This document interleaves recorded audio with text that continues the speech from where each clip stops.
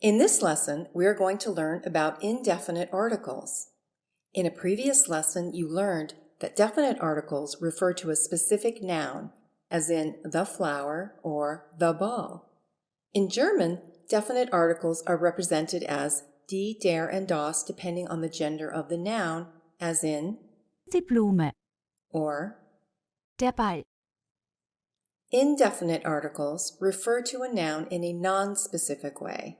In English, we use a, an, and some as indefinite articles, as in a tomato, an apple, or some eggs.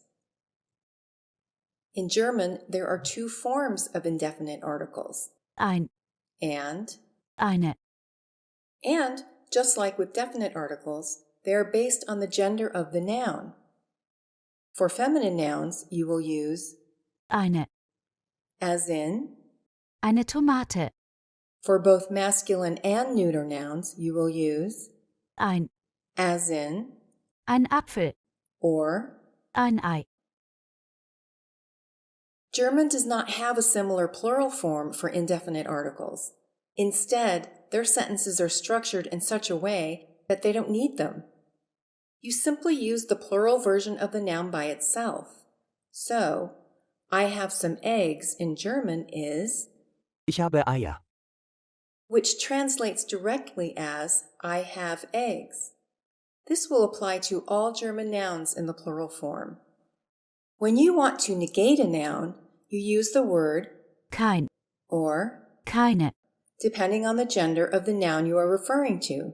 Masculine and neuter nouns use Kein. that is not a good apple. Das ist kein guter Apfel. While Keine, is used with feminine nouns. This is not a bad tomato Das ist keine schlechte Tomate. keine. is also used to negate plural nouns.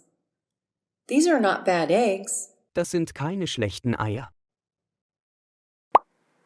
Even though Kein, and keine. mean no, they are not used to say no when responding to a yes or no question.